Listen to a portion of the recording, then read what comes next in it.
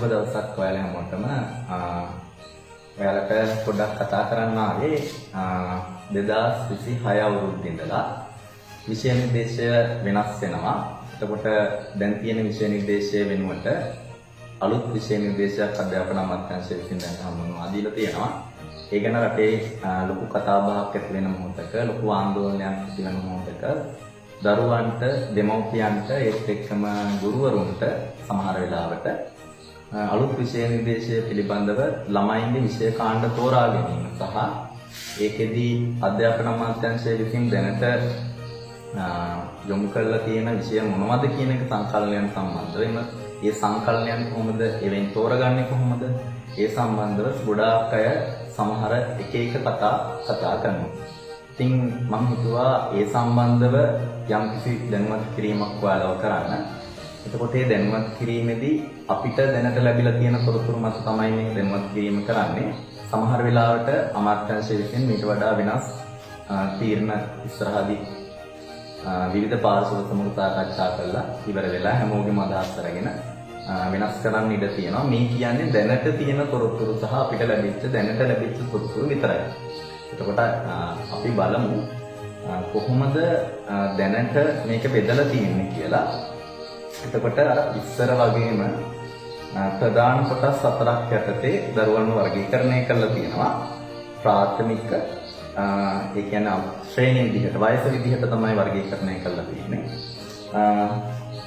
ප්‍රාථමික අංශයේ විදිහට එක වසරේ ඉඳලා 5 වසර දක්වා, එහෙම නැත්නම් එක ශ්‍රේණියේ ඉඳලා 5 ශ්‍රේණිය දක්වා, කනිෂ්ඨ ද්විතීයික අංශයේ විදිහට 6 ශ්‍රේණියේ ඉඳලා 9 ශ්‍රේණිය දක්වා, ඒත් එක්කම ජ්‍යෙෂ්ඨ ද්විතීයික අංශයේ විදිහට පළමු කොටසේ විදිහට 10 ශ්‍රේණිය 10 සහ 11 ශ්‍රේණි, ඒත් එක්කම ඒක දෙවෙනි කොටසේ විදිහට 10 ඒ කියන්නේ උසස් පෙළ විදිහට ජ්‍යෙෂ්ඨ අංශයේ විදිහට 12 සහ 13 ශ්‍රේණි විදිහටත් වෙන් කරලා තියෙනවා. එතකොට 12 13 ශ්‍රේණි සම්බන්ධයට වැඩිය දැන් අපිට වඩා වටින්නේ, එහෙම නැත්නම් අපිට මේ ප්‍රශ්නේ තියෙන්නේ, ආందోලනය තියෙන්නේ කොහොමද O level වල, එහෙම නැත්නම් සාමාන්‍ය පෙළ විෂය සංකලනය තියෙන්නේ කියලා. එතකොට ඇත්තටම විෂයන් ගොඩක් තියෙනවා. මතක තියාගන්න අමාරුයි සමහර විෂයන් ඇත්තටම. අපි සම්බන්ධ වෙන්නේ නැති, අහලා නැති විෂයන් පොව අලුතින් හම්බෙලා තියෙනවා. ඒකට දරුවෙකුට මට හිතෙන්නේ ඉතා සාර්ථක ඉගෙනුම් ක්‍රමවේදයක් වේවි. මොකද මේ විශේෂයෙන්ම මොඩියුල් පාදක කරගෙන ඇගීම් ක්‍රමයකට ක්‍රියාත්මක වෙන නිසා ඒක පොඩ්ඩක් ඉස්සරහට බලමු. දැනට අපි මුලින්ම බලමු කොහොමද විෂය සංකලනය තියෙන්නේ කියලා. එතකොට ප්‍රධාන විදිහට මෙන්න මෙහෙම විෂයන් 1 2 3 4 කියලා කාණ්ඩ 4ක් යටතේ වෙන් කරලා තියෙනවා. ඒ කාණ්ඩ 4 අපි මුලින්ම විෂයන් ටික බලමු මොනවද තියෙන්නේ කියලා. පළවෙනි එක තමයි පොදු මූලික විෂය ධාරාව කියලා එකක් තියෙනවා. අපි පස්සේ බලමු මොනවද වෙන්නේ කියලා. ඒකේ තියෙනවා මව්බස, ඉංග්‍රීසි, ගණිතය, විද්‍යාව, ආගම සහ සාරධර්ම අධ්‍යයනය කියන විෂය. ඊට පස්සේ තෝරාගත් විෂයන් කාණ්ඩ දෙකක් තියෙනවා. එකෙන් එකක් තමයි දෙවන ජාතික භාෂාව, ඊට පස්සේ තොරතුරු සංනිවේදනය හා තාක්ෂණය, ඊට පස්සේ ඉතිහාසය, පුරවැසි අධ්‍යයනය, සෞඛ්‍ය හා ශාරීරික අධ්‍යයනය, ඊට පස්සේ තාක්ෂණය, භූගෝල විද්‍යාව, සෞන්දර්ය අධ්‍යයනය, ව්‍යාපාර සහ මූල්‍ය සාක්ෂරතාවය. එතකොට මේ විෂයන් වල ඔය තාක්ෂණයේ කියන කොටසේ දැනට ලැබිලා තියෙන තොරතුරුත් එක්ක මෙන්න මේකේ තියෙනවා, මේ විෂය ඇතුලේ තියෙනවා කෘෂිකාර්මික කළමනාකරණය, සැලසුම් හා ඉංජිනේරු තාක්ෂණය, ආහාර හා පරිභෝජන තාක්ෂණය, කලාත්මක නිෂ්පාදන තාක්ෂණය, ජලජ ජෛව සම්පත් තාක්ෂණය කියන විෂයන්. ඒත් එක්කම සෞන්දර්ය අධ්‍යයනය කියන විෂය තියෙනවා. පෙරදිග සංගීතය, බටහිර සංගීතය, කර්ණාටක සංගීතය, පෙරදිග නැටුම්, භරත නැටුම්, ඊට පස්සේ බටහිර නැටුම්, නාට්‍ය හා රංග කලාව සහ චිත්‍ර කියන විෂයන්. එතනින් ගියාම ඊට පස්සේ තියෙනවා මේ තෝරාගත් විෂයන් කාණ්ඩය කියලා, STEM කියලා. ඒතකොට සයන්ස්, ටෙක්නොලොජි, ඉන්ජිනියරින් කියන කොටස් ටික තමයි මේ තියෙන්නේ. ඒකෙදි STEM එහෙමත් නැත්නම් ඔය පළවෙනි කොටසට අයත් කරලා තියෙනවා සුද්ධ ගණිතය, විවහාර ගණිතය, රසායන විද්‍යාව, ඊට පස්සේ ජීව විද්‍යාව, භෞතික විද්‍යාව, සෞඛ්‍ය හා ශාරීරික අධ්‍යයනය, පරිගණක විද්‍යාව, දත්ත විද්‍යාව, කෘෂි විද්‍යාව, ඉංජිනේරු තාක්ෂණ වේදය, ආහාර හා පරිභෝජන තාක්ෂණ වේදය, ගුවන් ශාස්ත්‍ර අධ්‍යයනය කියන විෂයන්. ඒත් එක්කම මානව ශාස්ත්‍ර විෂයන් අර ඉස්සෙල්ලා වගේම කළමනාකරන විෂයන් හිමින්ම ඊට පස්සේ වෘත්තීය විෂය කාණ්ඩයේ විදිහට අලුතෙන් එකතු වෙලා තියෙනවා ඉදිකිරීම හා යටිතල පාස්කම්, නිර්මාණාත්මක කර්මාන්ත, සමාජ හා සංනිවේදන සේවා, නිෂ්පාදනය සහ තාක්ෂණය කියන විෂයන්. ඒත් එක්කම සීලයක් කුසලතා කියන තව කාණ්ඩයක් ඇවිල්ලා තියෙනවා.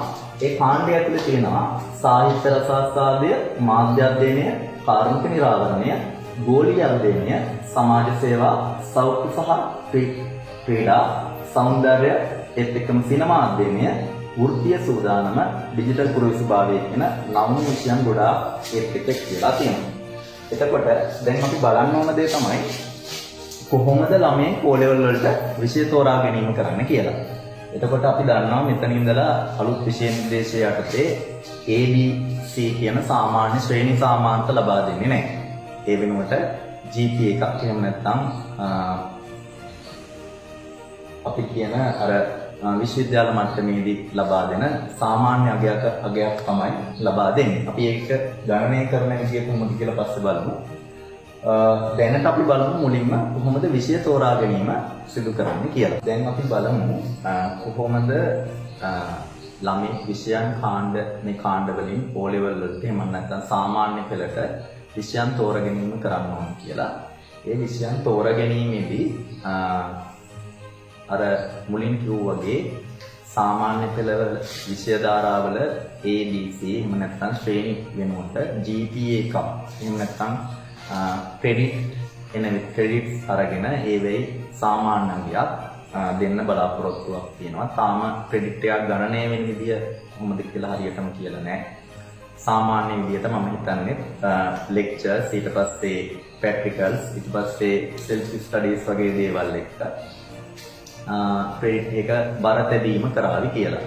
එතකොට මෙන්න මේ පොදු විෂය දැන් පොදු මූලික විෂය ධාරාව කියන විෂය ධාරාවේ සාමාන්‍ය පෙළ ළමයි අනිවාර්යයෙන්ම මේ විෂයන් පහම තෝරගන්න ඕන.